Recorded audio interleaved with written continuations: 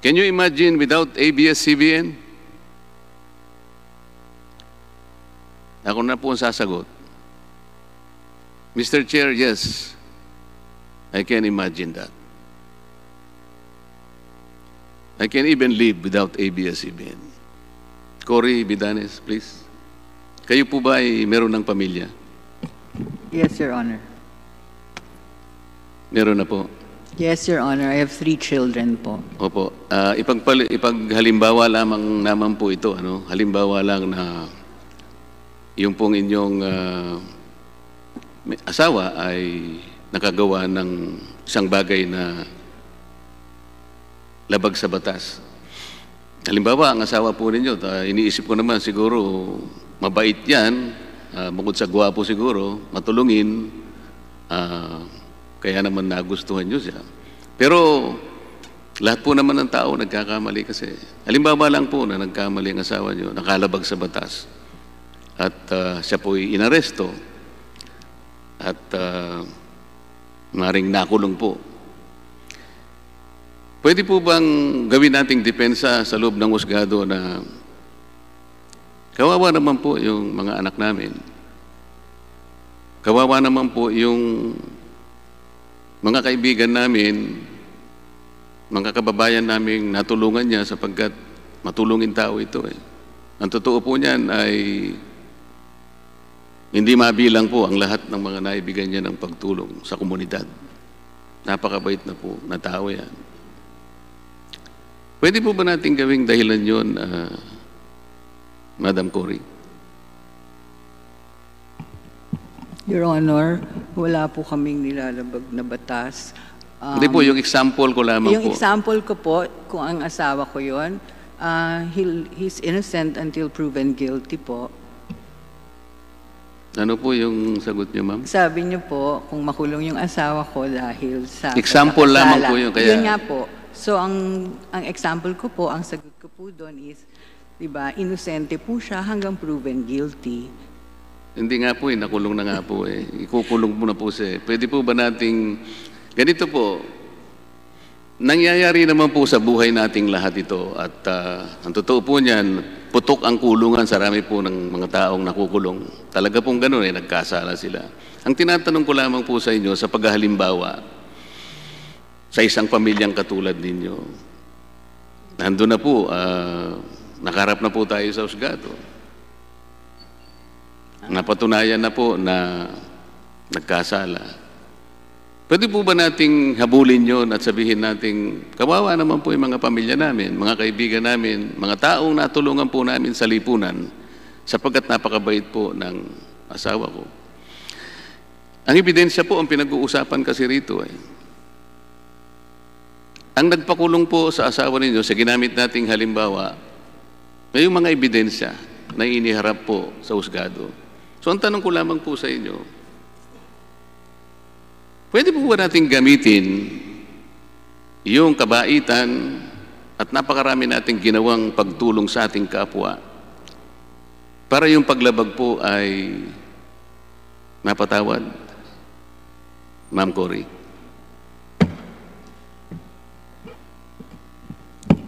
Your Honor, kung ang ibig niyong pong sabihin ay binibigyan... Pakilakas lang po ninyo. Your Honor, if your example is descriptive of what we are going through now po, I would like to tell you po that because I've been with the company for 34 years already, hindi po kami perfecto. We said that from the very beginning. Pero po, hindi ko naman po ginagamit na example yung company nyo. Yung ginamit ko po ay example po na binanggit ko sa inyo. Sige po, kung sakasakaling nahihirapan po kayong hindi, Your Honor, sagutin. It's a Mr. Chairman. Your Mr. Honor, Chairman. It's a parallelism lang po. I'm Excuse saying, me po, if that's the parallelism. Excuse me po, Ma'am Bidanes. Sorry po. Mr. Attorney Sobrevenias po, Mr. Chairman. Sobrevenias, Maaari maghintay po bang- kayo, nakilalanin kayo ng yung floor po ay binigay ng chairman kay Congressman Rodante. Kung hindi po niya kayo kikilalanin, ay maghihintay po kayong kilalanin po niya kayo. Tuloy po kayo, Congressman Marcoleta. Nais po ba niyong sagutin pa yon, Madam Cory, yung tanong ko bilang isang paghahalimbawa? Your Honor, ang sagot ko po sana kasi is if it's a parallelism to what's happening to us now po, as I said earlier, di ba, we're innocent, hindi kami perpekto, pero wala po kaming nilalabag na batas. Mr. Chairman, Mr. Chair, sino po ba yung gustong sumagot? Congressman Marcoleta, yung floor po ay ibinigay sa inyo ni Chairman Chicoy at nasa inyo po kung kikilalanin niyo po yung Sino nga po yung... si Attorney Francis, Congressman Marcoleta. Nasaan po siya, Mr. Chair? Your Honor, si Attorney Francis po from ABS. Ay, opo, sige po. Pasensya na kayo, natatakpan po kasi kayo. Mr. Chairman, sinimulan po ang diskusyon sa pamamagitan ng isang recitation ng mangilan-ngilang desisyon ng ating Korte Suprema kung saan natalo ang ABS-CBN. Sandali po. Ang pinag-uusapan natin dito... Mr. Chairman. Your Honor, dun sa tanong po niya, even if it's a parallelism, if that was an example, depende po siguro sa kasalanan nung asawa kong nakulong. Kung jaywalking lang po, mapapatawad ko siya.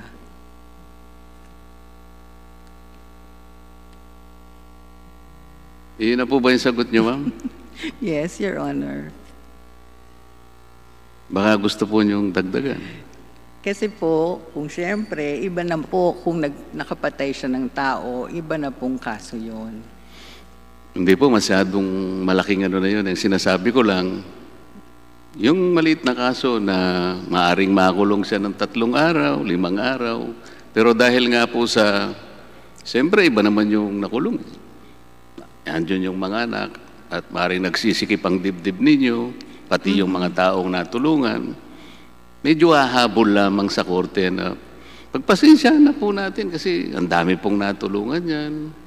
Kami lamang po ng mga anak niya. Mahirap po namang maiwanan kami. Yun lang naman po eh. Kaya ang tanong pong nananatili ay, pwede bang gawin nating dahilan yon para sabihin natin sa judge, Judge, huwag mo nang ikulong ang asawa ko. Napakabuting tao naman yan. So pwede po ba nating sukatin yung pagtulong na ginawa ng isang tao at ang kanyang kabaitang nagawa sa harap ng isang pagkakasalang nagawa niya? Hindi po ganun eh. Ang korte po ang magpapasya sigun dun sa ebidensyang inilahad sa kanila. So, hahatol po yung hukom eh. So, sasabihin niya, pasensya na po, trabaho lang po ito, kailangan po talaga nating patawan siya ng kaukulang parusa kahit na po pinakamabuti na asawa o pinakamabait na miyembro ng isang komunidad. Ganun po yung magiging hatol ng korte, Madam. Isang tanong po pala kay Mr. Mendoza, Mr. Christopher Mendoza. Yes po. Kahapon po at saka maging kanina nung ikaw ay tanungin ng isa sa kasama namin, sabi niya, nagtataka ako, sabi niya, dahil sa kahit na dumaan ka sa maraming pagsubok sa buhay mo, dahil nga sa kadahilanan na tinanggal ka, hanggang sa pumunta ka pa nga sa korte, pero nasabi mo pa rin na no to shut down, di ba? Yun ang tinatanong sa'yo. Opo. Nasabi mo, di ba? Opo. Pero, di ba personal lang sa'yo yun? Sa personal mong sentimiento, Opo. No to Nasabi ko shutdown. po yun, totoo po yun, no to shutdown po ako. Personal Pero mong- po, opo, personal ko po yun. okay. Yung personal mo bang conviction, sentimiento, maaaring mangibabaw sa harap ng naguhumiyaw na katarungan na hinahanap ng mga kasama mo at iba pang mga kawani ng ABS-CBN na maring masadlak sa ganyang kalagayan, humihingi ng katarungan hanggang ngayon ay hindi pa nakakamit. Opo. Mangingibabaw ba ang sarili mong conviction? Hindi po, kaya kung, di ba sabi ko nga po, not to shutdown po ako. Pero po, kaya nga po may pero eh. Kung may pagkakamali po, may paglabag sa batas, maraming violation, at ang kaparusahan sa mga violation na yan, na under ng konstitusyon, ng saligang batas, na ginawa po ng mga kongresista, kung kinakailangan pong i-shutdown po. Salamat. At kahapon, meron kang tinatanong, minsan napapatingin ka pa nga sa akin, pagka ba maraming paglabag ka mo, Opo. halimbawa yung kumukuha ng lisensya, tad ng violation yung driver, Opo. yun ba ka mo ay kailangang bigyan pa o i-renew yung kanyang lisensya? Ganun ang pagtatanong mo kahapon kung hindi ako nagkakamali. Tama Opo. ba? Tama po. Alam mo yung pagtatanong mo na yun, ang tawag doon ay rhetorical question. Ang ibig sabihin ng rhetorical question, yung sagot nandun na eh. Tama? Opo. O yun. Salamat sa iyo. Ang ibig lang sabihin, hindi na pwede talaga. Yung sagot na yun, nandun sa tanong. Yun ang rhetorical question. Kahapon po, Mr. Chair, merong nagbanggit na mga incidental activities na hindi ko na po matuntun kung sino po yung naglahad mula sa ABS-CBN. Ano po ba yung mga tinatawag na incidental activities ng ABS-CBN? Mr. Chair, may I be recognized? Yes, ma'am. I was actually po trying to explain lang po, Mr. Chair, that in the broadcasting industry, yung paggawa po ng sariling programa locally is an option. Hindi po siya talagang necessary and desirable doon sa broadcast industry itself. And these are considered incidental activities. Assuming po na, based on the context of what a broadcast franchise is. But once a company already starts producing its own shows because it opts to do so, then it's no longer incidental, but already a regular function. So, ano yung incidental? It's not a core function. Kasi nga po, ang broadcast is airing of shows via television or radio. In doing so, hindi po kailangan ng isang kumpanya na gumawa ng sariling show. Pwede siyang bumili ng content, magla-license siya ng content like Mexican telenovelas, K-dramas, mga US na soap operas. Pwede rin po silang makipag-partner like in the past, ABS-CBN partnered with Regal Films. Okay, so, ito, kumikita rin naman ang ABS-CBN dito, hindi ba? Sa alin po ito, Mr. Chair? Doon sa pagsisimula ng mga incidental activities na ito, hanggang sa dumating doon sa punto na nakakagawa na kayo ng programa. Depende po, Mr. Chair. Some shows po really earn money. Some shows also are a failure. Depende po yan talaga sa market audience. So, kahapon kasi, nung binabanggit nyo yan, ang hindi ko maintindihan, bakit kinakailangang paikot-ikutin natin sa incidental activities hanggang sa mapunta tayo dun sa katangian na, o katanungan na ano ba talaga yung test ng isang empleyado? Paano ba nagiging regular?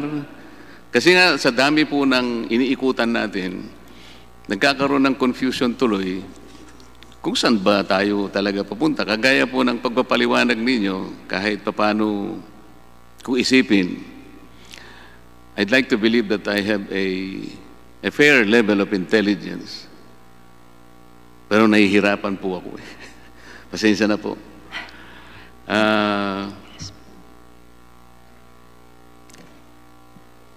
Gusto ko kasing matingnan, ano ba yung proportion ng labor cost dun sa mga incidental activities na binabanggit nyo kahapon eh. Para bang, ito, ginawa natin ito, saan papunta, ano yung produkto, wala bang labor na nagamit doon? Yung labor content, gusto ko kasing palitawin na kahit gaano kaliit man yon, kailangan makita natin yung contribution ng labor eh. Kaya gusto kong itanong sa inyo, kung susumahin natin yung kita doon, pwede ba nating ma-estimate kung magkano ang kinikita doon sa mga yun? I'm sorry, Mr. Chair, I'm not in a position to answer with regard to income. I have no personal knowledge po. Okay, let's go to the other area. Meron pong nagsabi kahapon na meron isang dole order na kung saan nagkaroon yata ng parang routine inspection. And after that routine inspection, parang ang nangyari, nagkaroon na ng isang parang carte blanche na parang certification ang nangyari. Oh, wala ang paglabag ang ABS-CBN. Is the Dole Yusek still here, Mr. Chair? Kasama pa po natin Congressman Marcoleta. Dole, you're now recognized.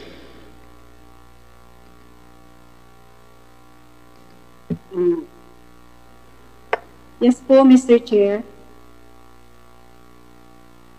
Yes po. Kayo po si Yusek Ana, ma'am. Yes po, sir. Kanina rin po, tinanong kayo doon sa tungkol sa, ano po ba yung dole order? Ano po ba yung inspection routine na ginawa ninyo na kung saan ginagamit po ngayon ng ABS-CBN na parang ito ay isang all-encompassing certification that ABS-CBN has no labor violations whatsoever. What is that routine inspection about? Mr. Chair, Your Honor, mabuti po at naitanong ninyo yan. Kasi po, yung mga lumabas na parang mga banner headlines, may reservation po ako doon. Kasi po, yung order namin pertains only po sa mga violations. Ganito po, ma'am, pasensya na po. Ganito, ano po ba yung inspection? Saan po kayo nag-inspect? Mr. Chair, Your Honor, nag-inspect po kami doon sa premises ng ABS-CBN Corporation. So, in-inspect nyo yung premises. Pwede ko po bang i-assume na tinitingnan nyo yung worksite, kung healthy yung worksite, halimbawa kung hygienic, kung ventilated, ganun po ba yun? Kasama po yan, Your Honor. Okay. Sa mga tweet, yun po ay merong limited coverage lang. Ibig sabihin, tsaka yung period, siguro nung dumating kayo, ay sa araw na yon, yun po ba ay isang measure na kagaya ng ini-imply ngayon ng ABS-CBN na parang klarong-klaro o walang paglabag kahit anong violation with respect to labor laws, wala ang ABS-CBN. Pwede po bang magamit yung order na yun, Madam Yusek? Yan po, Your Honor, yan po yung gusto namin i-clarify that yung order po na nilabas namin ay patungkol lamang po doon sa period na covered po ng routine inspection. Kaya nga po, we're also having reservation na parang blanket na po ito na walang paglabag. Sa mga tweet, ma'am, ang ibig niyong sabihin, hindi ito katibayan para sabihin ng ABS-CBN na wala silang anumang paglabag kung ang pag-uusapan ay ang ating mga labor laws. Yes, tama po yun, Your Honor. Salamat po, Ma'am Yusek. Kahapon po, Ma'am Cory, meron ding nagbanggit tungkol sa 14 na company benefits. Mr. Chair, ako po yan. Okay. Marami po ito. Okay na okay po ako rito. Ano po ba? Bigyan niyo mga 3, 4. Masyadong marami po yung 40. Ano po bang mga benefits ito? rice subsidy po, contingencies loan like medical loan, emergency loan, cash gift, life insurance, may gift check pag Pasko, employee stock option plan. Salamat po. Pero, pwede po kayong sumang-ayon sa akin na ang pinakamagandang benepisyong may bibigay ninyo sa inyong empleyado ay yung ma-regular ang kanilang employment. Kasi po, kahit siguro isa lang ang ibigay niyong benefit, kung yun will mean regularization of their employment, itong 14 na ito siguro, ipagpapasalamat din nila ito, pero mas gugustuhin po pa nila siguro yung ma-regularize sila. Because by being regular, I think you can maintain a very loyal workforce, hardworking, at magiging tapat silang lalo sa inyo. At lalong kakapit yung salitang kapamilya. Sapagkat yun po kasi ang pinaka-espiritu o diwa ng isang kapamilya. Nabigyan mo siya ng kasiguruhan sa kanyang paghahanap buhay. Sana po ay madagdagan po ng isa pa. So maging 15 na po yung ating company benefits. Pwede po Mr. Chair, pwede po mag-comment? Opo. Opo. Mr. Chair, tulad ng nabanggit kahapon, the company hires its workers following the labor code. Again, I can't remember who read it earlier. Yung Article 280 po ng Labor Code says if the job is necessary and desirable, and the company exercises control, it's regular. Ngunit, if the task po has been fixed for a specific project or undertaking, the completion of which has been determined at the time of the engagement of the employee, the job po is a project employee job. And if I may refer to the part of the order of the DOLE, page 104 of their order, they state, we note that the IJM work pool employees are engaged on a per program or per show basis, regardless of time spent on each program. Based on their employment agreements, they are result-based and have no fixed working schedule. Likewise, they are paid for a fee for every completion of task and may enter into separate programs or shows with separate contracts simultaneously. On that basis po, the structure of our employment, we have regular employees and we have the work pool employees or these project employees whose engagement is based on a project with a predetermined start and end po. So, but nevertheless po, these project employees that fall into, as mentioned by the DOLE order, that fall into our work pool, are given all of these benefits, 14 of which exceed the benefits that are required by law. So, to the Honorable Congressman's comment earlier about the company not caring for its human resources, if I may just comment po, we have a different perspective on that po. No? We take the best care of our workers in a way that allows us the company to continuously be competitive and sustainable po. So yun lang po. I think the crux of the matter is whether the job is that of a regular employee or that of a project employee. Our structure po is based on the Labor Code, Supreme Court decisions, and also the Civil Code po, Your Honor. Thank you po. Yun lang po, Mr. Chair. Salamat po, Attorney.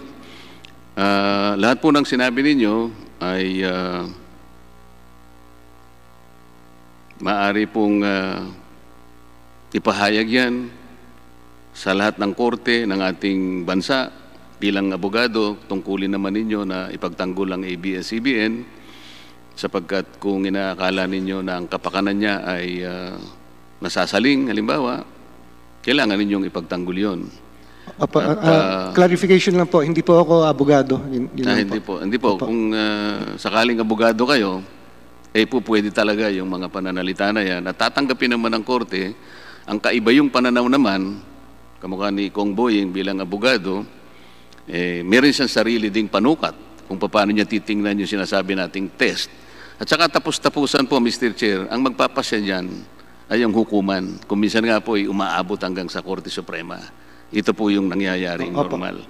Yes, Ang kinatatakot ko lamang po kasi, Mr. Chair, ito po hawak ko itong mga statistics ng mga figura ng ilan ba talaga ang empleyado. Kanina po sa pagtatanong ng ating kasama rito ay mukhang hindi masyadong matukoy. Ilan ba talaga yung regular, ilan ba yung ganito.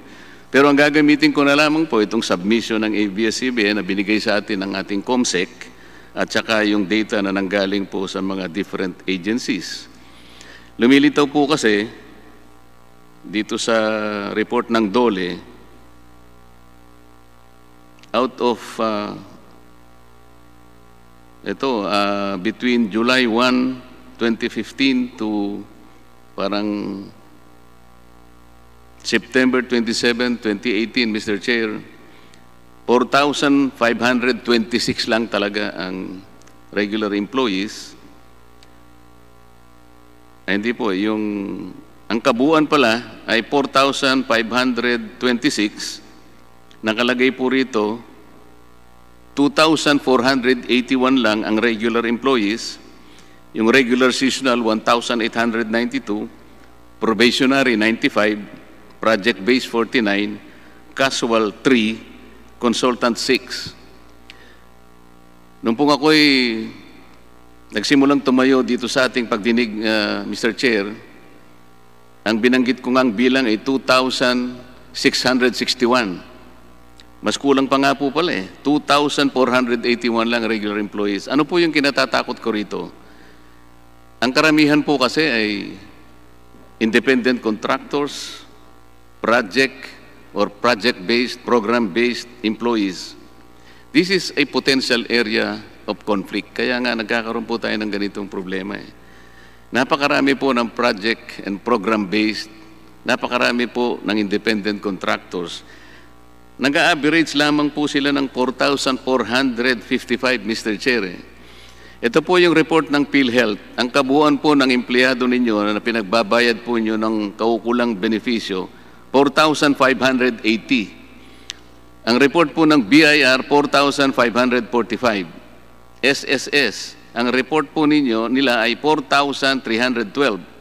Employment Compensation Commission, 4,312. At saka yung DOLE, 4,526. Pag in-average mo po ito, 4,455. Ito po talaga ang talagang pinagbabayad lang nila ng kaukulang benepisyo. Sa mga tweed, pag sinabi mong 11,000, Mr. Chair, parang inaccurate yun.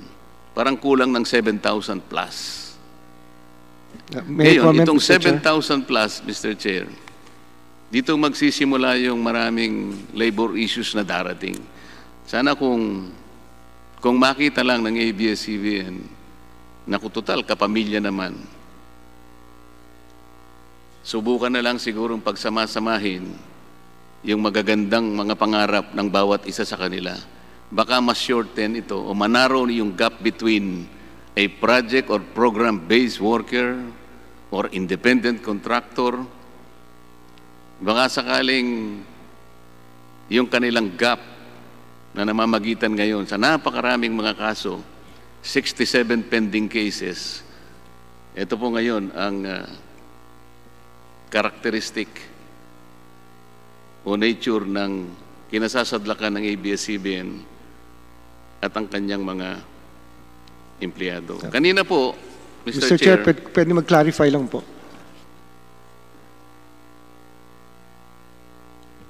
Sir Nepomuceno. Yung sa numero lang po, yung 11,000 is for the entire group. Yung nabanggit yung numbers, tama po yun, pero para sa ABS Corporation lang po yun.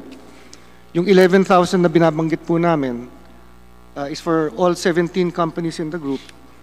And ang remittances po namin para doon sa all 11 companies for 2019, pag sa SSS, 8,625, Pag-ibig, 8,616, PhilHealth, 8,619. Saan po nanggagaling yung diferensya? Ba't nalayo po doon sa 11,000? Meron nga po kaming independent contractors. Mr. Nepomuceno, sorry if po. I may cut you, kasi po, kagawin nga po, pinag-usapan natin yan, tinanggap ko na lang po yung submission nyo. Okay. Pero ito po kasi yung submission ng DOLE, yung Okay, hawak sige po ni po. ni Congressman Deputy Speaker Marcoleta, yung pong submission na yun is hawak ng PhilHealth, submission ng PhilHealth at official submission ng BIR. Kaya it depends to Mr. Marcoleta kung ano pong, pero ito po yung official submission namin, Mr. Nepomuceno, ang sinabit niyo po sa amin ngayon is ABS-CBN plus the subsidiaries. Opo. Opo. Yes, Deputy Speaker Kasi po, Marcoleta. Mr. Chair, kapag sinabi mong employer-employee relations, itong regular employees lang. Tatanggapin po ba ninyo na yung project or program-based ay talagang regular employees ninyo? Hindi po. Hindi rin nyo tatanggapin na yung independent contractors, mga regular employees nyo. Ang pinag-uusapan natin kasi, at nang magsimula kayo, kawawa naman po yung aming 11,000 na employees. So parang, pag mabilis kang mag-isip, mga regular employees. Ngayon pala, ang karamihan nito, sabi ko nga sa inyo, more than 7,000 plus, hindi regular employees to.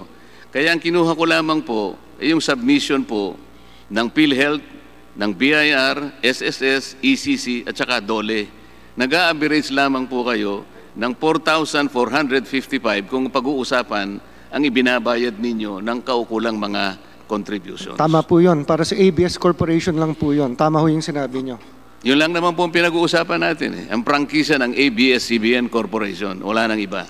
Pero meron pong relationship kasi yung ABS Corporation with all its other subsidiaries. Naari nga po. Pero kapag pinag-uusapan employer-employee relations, ayaw po niyong tanggapin na mga employees po ang independent contractors. Kaya wag na nating ipilit yun sapagkat ang pinag-uusapan lang natin dito, regular employees. Pero apektado din po sila pag nawala yung prangkisa ng ABS-CBN po. Yun lang po, Mr. Chair. Talaga pong maraming apektado. Kagaya po ng paghahalimbawa ko kanina, dapat po yung padre de pamilya na yon, inisip niya ang consequences na maaaring mangyari sa pamilya niya, sa mga kaibigan niya, sa komunidad. Kaya kinakailangang maging ehemplo siya ng pagsunod sa lahat ng batas ng ating bansa. Sa ngayon po, kung ang tinutukoy po yung ABS-CBN bilang padre de pamilya, batay po sa aming pagkakaintindi, coming into this franchise, wala po naman violation yung ABS-CBN Corporation po. That is not for you to decide. Yes, Your Honor. I withdraw my comment. Thank you. Kanina po, Mr. Chair, isang kasama natin, nagwakas ang kanyang interpellation sa isang tanong. Sabi po niya, o ang pagtatanong niya, can you imagine without ABS-CBN? Ako na po ang sasagot. Mr. Chair, yes, I can imagine that. I can even live without ABS-CBN. Salamat po.